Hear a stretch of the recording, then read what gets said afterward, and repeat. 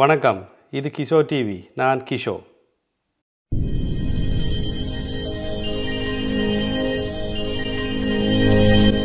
நான் நேற்று இந்த நெய் சம்பந்தமான ஒரு வீடியோ ஒன்று வெளியிட்டிருந்தேன். நான் அதுக்கு உண்மையிலேயே நிறைய மக்கள் அதுக்கு ஆதரவு தந்திருந்தீங்க, நிறைய பேர் பாராட்டியிருந்தீங்க, நிறைய பேர் லைக் பண்ணியிருந்தீங்க, நிறைய பேர் கொமெண்ட்ஸ்கள் எல்லாம் தெரிவிச்சுக்கிறீங்க.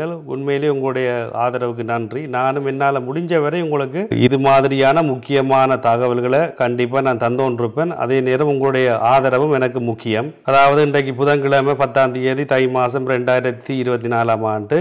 இப்போ ஒரு கடும் குளிர் நிலவி கொண்டிருக்குது பிரான்ஸ் முழுவதும். அதுக்கு பேர் மொஸ்கோ பரி என்று வச்சிருக்கேன். இது நான் நேட்டிவ் வீடியோவில் கூட சொன்னேன். அதுக்குரிய காரணம் என்னென்னா, உங்களுக்கு தெரியும், ரஷ்யா நாடு ஒரு அதிகமான ஒரு குளிர் உள்ள ஒரு பிரதேசம். அங்கே இருந்து கிளம்பிய இந்த குளிர் அப்படியே ஐரோப்பிய நாடுகளையும் தாக்கி அப்படியே பிரான்ஸையும் தாக்கி கொண்டு இருக்கிறது. அது சம்பந்தமாக தான் இன்று இந்த வீடியோ பதிவில் பிரான்சில் உள்ள தகவல்களை நான் உங்களுக்கு அவ்வப்போது தந்து கொண்டு இருக்கின்றேன். அந்த வகையில் நாங்கள் பார்க்க போகிறது என்னென்றால், நேற்று நான் வெளியிட்ட இந்த வீடியோவுக்கு ஒருவர் கொமெண்ட்ஸ் போட்டிருக்கிறார். அந்த கொமெண்ட்ஸில் அவர் தன்னுடைய சூழ்நிலையை விளங்கப்படுத்தி இருக்கிறார். உண்மையிலேயே நான் அந்த கொமெண்ட்ஸுக்கு கண்டிப்பாக பதில் சொல்ல வேணும்.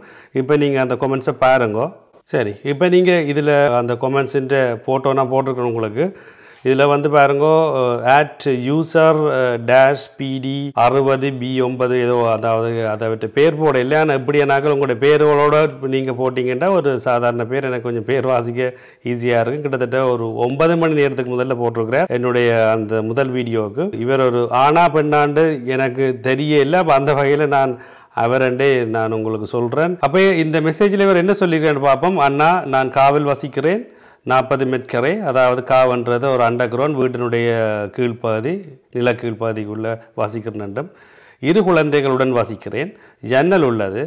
லோஷோத் ஷமாஷ்பாபியா, அதாவது சுடுதண்ணி. லோஷோத்ன்றது சுடுதண்ணி ஷமாஷ்பாபியா நன்றாக வேலை செய்யவில்லை என்றும், இல்லையாப்பாத் சோஃபாஸ் தொல்ல குயிசின், சமையல் அறைக்குள்ளேயும் சோஃபாஸ் இல்லை என்றும், அதாவது கீட்டர் இல்லை என்றும். சோஃபாஸ் என்று வேறு நாட்டில் உள்ள மக்கள் பாருங்க, சோஃபாஸ்ன்றது பிரெஞ்சு மொழியில் கீட்டர். தொல்ல ஷாம்ப்ர ஷமாஷ்பா, அதாவது ரூமுக்குள்ளேயும் வேலை செய்ய இல்லையாம். எஸ்கு ஷெப்பு அப்பலே சொங்கேஸ் புரேது, அதாவது என்னால் 115 நம்பருக்கு உதவிக்கு அழைக்க முடியுமான்னு கேட்டிருக்கிறார். மெர்சி, நன்றி என்று சொல்லியிருக்கிறார். அவர் என்றே சொல்கிறேன். அப்போ இவர் என்ன கேட்டிருக்கிறாருன்றது இப்போ உங்களுக்கே தெரியும். கண்டிப்பாக இந்த சூழ்நிலையில் மிக முக்கியமாக பாருங்கோ, எங்களுடைய மக்கள் இப்படி 2 குழந்தைகளை வச்சுக்கொண்டு இதே சூழ்நிலையில் வசிப்பதுன்றது இப்போ ஒரு கடும் குளிரான சூழ்நிலை. கடும் குளிர் வந்ததென்றால் இதய செயலிழப்பு கூட நிச்சயமாக நிகழலாம்.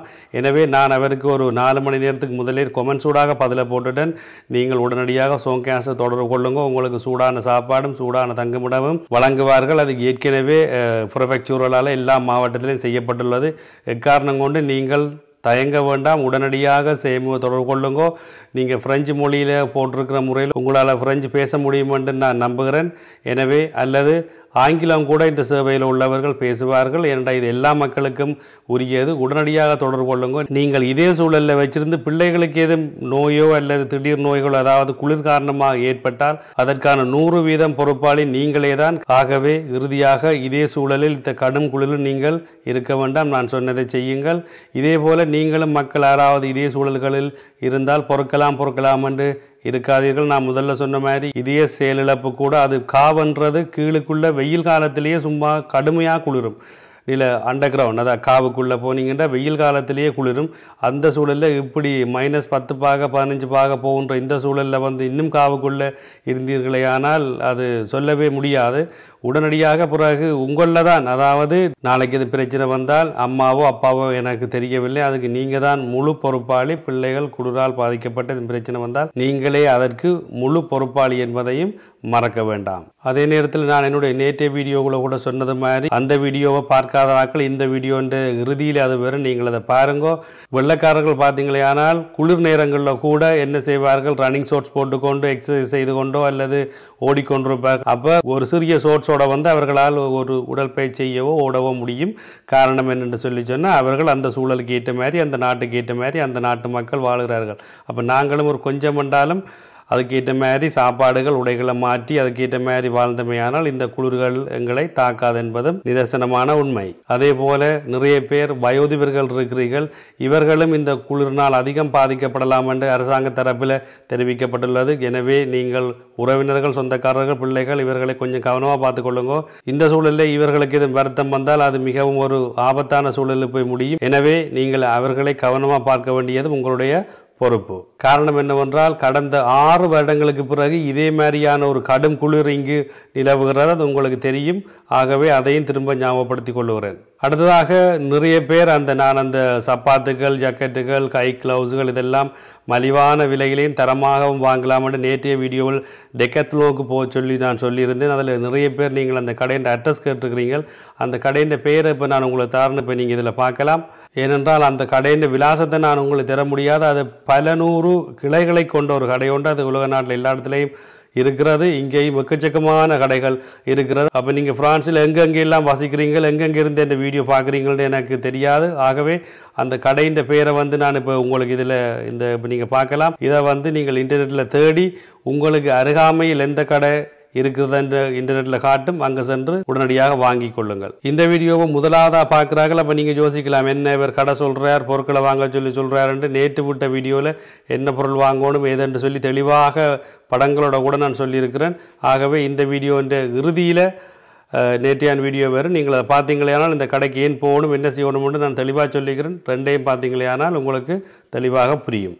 அடுத்ததாக கிட்டத்தட்ட 400க்கு மேற்பட்ட வாகனங்கள் இந்த வேர்கலா என்று சொல்லப்படுற உரை பனியால் வழுக்கிற சூழ்நிலை காரணமாக ரோட்டில் ரஃபிக் ஆகி நிற்குதண்டும், புளோக் ஆகி நிற்குதண்டும், அதாவது புளோக் பண்ணப்பட்டு அசைய முடியாத ஒரு சூழலில் நிற்கிறதென்றும், பல ஓத்தோரூத்துக்கள் அதாவது பல மோட்டார் வாகன பாதைகள், ஹைவேகள் பூட்டப்பட்டிருக்கென்றும் தெரிவிக்கப்பட்டுள்ளது. எனவே நீங்கள் வாகனத்தில் வழியில் செல்பவர்கள் இவைகளை ஒரு பார்த்து விட்டு செல்வது நல்லம். ஏனென்றால் நீங்கள் போகிற ரூட்டு சில நேரம் பூட்டப்பட்டிருக்கலாம் இன்றும் அடுத்தடுத்த நாடுகளில், அல்லது நீங்கள் போய் உங்களோட வாகனம் திரும்ப வர முடியாத சூழலில் வழுக்கியோ அல்லது விபத்து ஏற்படக்கூடிய சூழலும் இருக்கிறது. ஆகவே வாகனத்தில் செல்பவர்கள் மிக அவதானமாக முன்கூட்டிய தகவல்களை தெரிந்து கொண்டு செல்வது மிகவும் சிறந்தது. அத்துடன் 300 கிலோமீட்டருக்கு மேல் வாகன நெரிசல் ஏற்பட்டுள்ளதாகவும் தெரிவிக்கப்படுகிறது. வேர்கலா காரணமாக, அதாவது இந்த வழுக்கும் பனி காரணமாக மக்கள் வழுக்கக்கூடிய சந்தர்ப்பம் இருக்கண்டும். ஏற்கனவே பல பேர் விழுந்து, அதாவது வழுக்கி விழுந்து ஆஸ்பத்திரியில் அனுமதிக்கப்பட்டுள்ளதாகவும் தெரிவிக்கப்பட்டுள்ளது. எனவே வெளியில் செல்பவர்கள் மிக அவதானமாக செல்லவும். இந்த வழுக்கிற பனி காரணமாக ஏற்கனவே பல வருடங்களில் சில பேர் காலையெல்லாம் முறிச்சிருக்கிறார்கள், எங்களுடைய மக்கள் கூட. எனவே இப்போ மிக கடும் பனி, கடுமையாக வழுக்கும், பார்த்து செல்லவும் என்று கேட்டுக்கொள்கிறேன். அடுத்ததாக பிரான்சில் பல இடங்களில் 8 சென்டிமீட்டருக்கு மேல் பனிப்பொழிவு ஏற்பட்டு உறைந்துள்ளதாகவும், அதனை அந்தந்த நகர சபையினர் பனி அகற்றும் வாகனத்தை கொண்டு முடிஞ்சவரை அகற்றி வாகன போக்குவரத்தை ஏற்படுத்தி கொடுத்து கொண்டு இருப்பதாகவும் செய்திகள் வந்து கொண்டிருக்கின்றன. இதே மாதிரியான கடும் பனிப்பொழிவு கிட்டத்தட்ட 6 ஆண்டுகளுக்கு பிறகுதான் வந்திருக்கிறது. இனி எப்போ வரும் என்று தெரியாது. எனவே நீங்கள் மக்கள் நெய்ஸில் போய் நீங்கள் விளையாடலாம், சின்ன பிள்ளைகளையும் விளையாட விடுங்கோ. இது ஒரு நல்ல ஞாபகமாக உங்களுக்கு இருக்கும். ஆகவே பெரியாக்களும் நீங்கள் போய் விளையாடலாம், ஸ்னோபால் செய்யலாம், பொன்னோம் தினேஷ் செய்யலாம், எல்லாமே செய்யலாம். சிறுவர்களையும் விளையாட விடுங்கோ. அதை விட மிக முக்கியம், தகுந்த பாதுகாப்புடன் போங்கள். நான் சொன்ன மாதிரி டெக்கத்லோனுக்கு போனீங்கன்னா நிறைய பாதுகாப்பு உடைகள் இருக்கிறது. அங்கால இன்னும் சில பல நாளுக்கு பனி கொட்ட போகிறது. கண்டிப்பாக சிறுவர்களையும் விளையாட விடுங்கள். இது எல்லா நாளும் வரும் என்று சொல்ல முடியாது. எனவே நீங்கள் வீட்டை விட்டு வேலைக்கு போகும்பொழுதோ அல்லது இப்போ நான் சொன்ன மாதிரி விளையாட போகும்பொழுதோ கிட்டத்தட்ட ஒரு வெங்காயம் எப்படி இருக்குமோ அதே மாதிரி உடை அணிந்து போக வேண்டும். கிட்டத்தட்ட வெங்காயம் தெரியும் உங்களுக்கு, உரிக்க வரும். அதே மாதிரி ஒன்றுக்கு மேற்பட்ட உடைகள் போட்டுக்கொண்டு நீங்கள் போகணும். கிட்டத்தட்ட 3-4 உடைகள் மேலே போடுறது சிறந்ததாக கருதப்படுகிறது. அடுத்த ஒரு மிக முக்கியமான விடயம் என்னென்றால், வாகன ஓட்டிகள் நீங்கள் உங்களுடைய வாகனத்தை வீட்டிலிருந்து எடுக்கிறதுக்கு முதலோ அல்லது நீங்கள் வீதியில் பார்க் பண்ணியிருந்தாலோ வீதியில் இருந்து எடுக்கிறதுக்கு முதலோ கண்ணாடியில் படிஞ்சிருக்கிற கொட்டியிருக்கிற பனியை, அதாவது ஸ்னோவை நீங்கள் முழுமையாக 100% துப்புரவு செய்த பின்பே வாகனத்தை எடுக்க வேண்டும் என்று கூறப்பட்டுள்ளது. உங்களுடைய வாகனத்தினுடைய கண்ணாடியில் ஒரு சிறிய அளவு பனி இருந்தாலோ அல்லது கண்ணாடி தெளிவில்லாமல் இருந்தாலோ 135 யூரோக்கள் தண்டப்பணம் விதிக்கப்படும். அத்துடன் உங்களுடைய பெர்மி டு கண்டூர் அதாவது உங்களுடைய டிரைவிங் லைசன்ஸில் இருந்து 3 புள்ளிகள் எடுக்கப்படும் என்றும் கூறப்பட்டுள்ளது. இது மிக மிக முக்கியம். காவல்துறையினர் பல இடங்களில் வீதி விபத்தை தவிர்ப்பதற்காக நிறுத்தப்பட்டுள்ளார்கள். எனவே வாகன சாரதிகள் உங்களுடைய வாகனத்தினுடைய கண்ணாடியில் ஒரு சிறிதளவேனும் பனி படர்ந்திருக்காமல் பார்த்துக்கொள்வது உங்களுடைய மிக மிக முக்கியம். அல்லது 135 யூரோக்களும் அத்துடன் உங்களுடைய சாரதி அனுமதி பத்திரத்தில் 3 புள்ளிகளும் நிச்சயமாக எடுக்கப்படும். அடுத்ததாக இந்த பனிப்பொழிவும் கடும் பனியும் பல நாட்கள் நீடிப்பதனால் பிரான்சில் அதிகபட்ச இந்த காலப்பகுதியில் பிரான்சில் அதிகபட்ச மின்சார நுகர்வு இருக்கும் என்று தெரிவிக்கப்பட்டுள்ளது. அப்படி இருந்தாலும் இன்னும் தேவைப்பட்டாலும் அப்படி தொடர்ந்தாலும் தாங்கள் சமாளிக்கக்கூடிய அளவுக்கு தாம் தயாராக இருப்பதாக பிரான்சின் மின்சாரத்துறை அமைச்சர் தெரிவித்துள்ளார். மேலும் பிரான்சின் பல மாவட்டங்களுக்கு செம்மஞ்சள் எச்சரிக்கை விடப்பட்டுள்ளது. உங்களுக்கு தெரியும், பச்சை என்றால் அது எந்த ஒரு பிரச்சனையும் இல்லை. இப்போ நீங்கள் ரோட்டில் போகிற சிக்னல் மாதிரி தான். பச்சை விழுந்தால் நீங்கள் போகலாம், ஒரேஞ்ச் விழுந்தால் அதாவது செம்மஞ்சள் விழுந்தால் ஆபத்து, நிறுத்துங்கள், சிவப்பு விழுந்தால் போகவே கூடாது. அதே மாதிரி பிரான்சின் பல மாவட்டங்களுக்கு இந்த பனி காரணமாக ஒரேஞ்ச் அதாவது செம்மஞ்சள் எச்சரிக்கை விடப்பட்டுள்ளது. எந்த நேரமும் இது சிவப்பாக மாறலாம் என்று சொல்லப்படுகிறது. ஆகவே இந்த பனி காரணமாக நான் மேற்சொன்னது போல இந்த ஒரேஞ்ச் எச்சரிக்கை பல மாவட்டங்களுக்கு விடப்பட்டுள்ளது. அவதானமாக இருக்கும்படி கேட்கப்பட்டுள்ளது. மெத்தேயோ ஃப்ரான்ஸ் பிரான்சின் வானிலை அவதானிப்பு நிலையம் தெரிவித்துள்ளதாவது, நெய்ஷ் வேர்க்லா. இந்த நெய்ஷ் வேர்க்லா என்னென்றால் நான் முதல்ல சொன்ன மாதிரி அப்படியே பனி வந்து தொடர்ந்து கொட்டி இறுகி கண்ணாடி மாதிரி வந்துவிடும். அப்போ அந்த அலர்ட் வந்து மெத்தியோ ஃப்ரான்ஸால் விடப்பட்டுள்ளது. அதாவது பிரான்சின் வானிலை அவதானிப்பு மையத்தால் விடப்பட்டுள்ளது. அதுவும் குறிப்பாக வாகன ஓட்டிகளுக்கு இந்த நெய்ஷ் வேர்க்லா என்பது ஒரு மிகவும் ஒரு ஆபத்தான ஒரு விடயம். காரணம் என்னவென்றால் வாகனம் உங்களோட கண்ட்ரோலில் இருக்காது. நீங்கள் ஏற்கனவே பார்த்துருப்பீங்க. இப்போ நீங்கள் இதில் படங்களில் பார்க்குறது போல கடுமையான பனி காரணமாக அதிகமான விபத்துக்கள் ஏற்படும். ஆகவே இந்த காலப்பகுதியில் மெத்தியோ ஃப்ரான்ஸ் சொன்னது போல மிக அவதானமாக இருப்பது சாலை சிறந்தது. இந்த காலப்பகுதியில் உங்களுக்கு எந்த உதவி வேண்டுமென்றாலும் நான் முதல் வீடியோவில் சொன்னது போல சோங்கேஸ் 115க்கு உடனடியாக அழையுங்கள். பிரெஞ்சு மொழி பேசுவார்கள், ஆங்கில மொழி பேசுவார்கள். தயக்கம் வேண்டாம், எந்த ஒரு பிரச்சனையும் இல்லை. இது ஒரு போலீஸின் சேவையோ அல்லது உங்களை பிடிப்பார்கள் அப்படி என்று நீங்கள் எதுவும் பயப்பட வேண்டாம். இது ஒரு சமூக உதவி நம்பர். ஆகவே எந்த தயக்கமும் இல்லாமல் உங்களுக்கு குளிரால் பாதிப்பு ஏற்பட்டால் உடனடியாக தொடர்பு கொள்ளுங்கள். பயம் தயக்கம் ஒன்றும் வேண்டாம். இனி நாங்கள் இந்த வீடியோவின் இறுதி பகுதிக்கு வந்துவிட்டோம். இந்த வீடியோ உங்களுக்கு பிடிச்சிருக்கும் என்று நம்புகிறேன். காரணம் என்னவென்றால் நான் நேற்றொரு வீடியோ இன்றைக்கு ஒரு வீடியோ இந்த பனி சம்பந்தமாகவே தொடர்ந்து விடுறதுக்குரிய காரணம் என்றால் நிறைய விஷயங்களை மக்களுக்கு நான் தெரியப்படுத்த வேண்டும். ஆகவே ஒரு வீடியோவில் எல்லாத்தையும் விட முடியாது. மிக முக்கியமான விடயங்களை மட்டும் நான் உங்களுக்கு சொல்லியிருக்கிறேன். இந்த வீடியோ உங்களுக்கு பிடிச்சிருந்தால் வளவ மாதிரி லைக் பண்ணி விடுங்க. இதை மற்றவர்களுக்கும் ஷேர் பண்ணினீங்கன்னா மற்ற மக்களும் இந்த செய்திகளை தெரிந்து கொள்வார்கள். உங்களுடைய கருத்துக்களை நான் எதிர்பார்க்கிறேன். அதை கமெண்ட்ஸ் வழியாகவும் தெரிவித்து விடுங்க. மீண்டும் அடுத்த வீடியோவில் சந்திப்போம். வணக்கம்.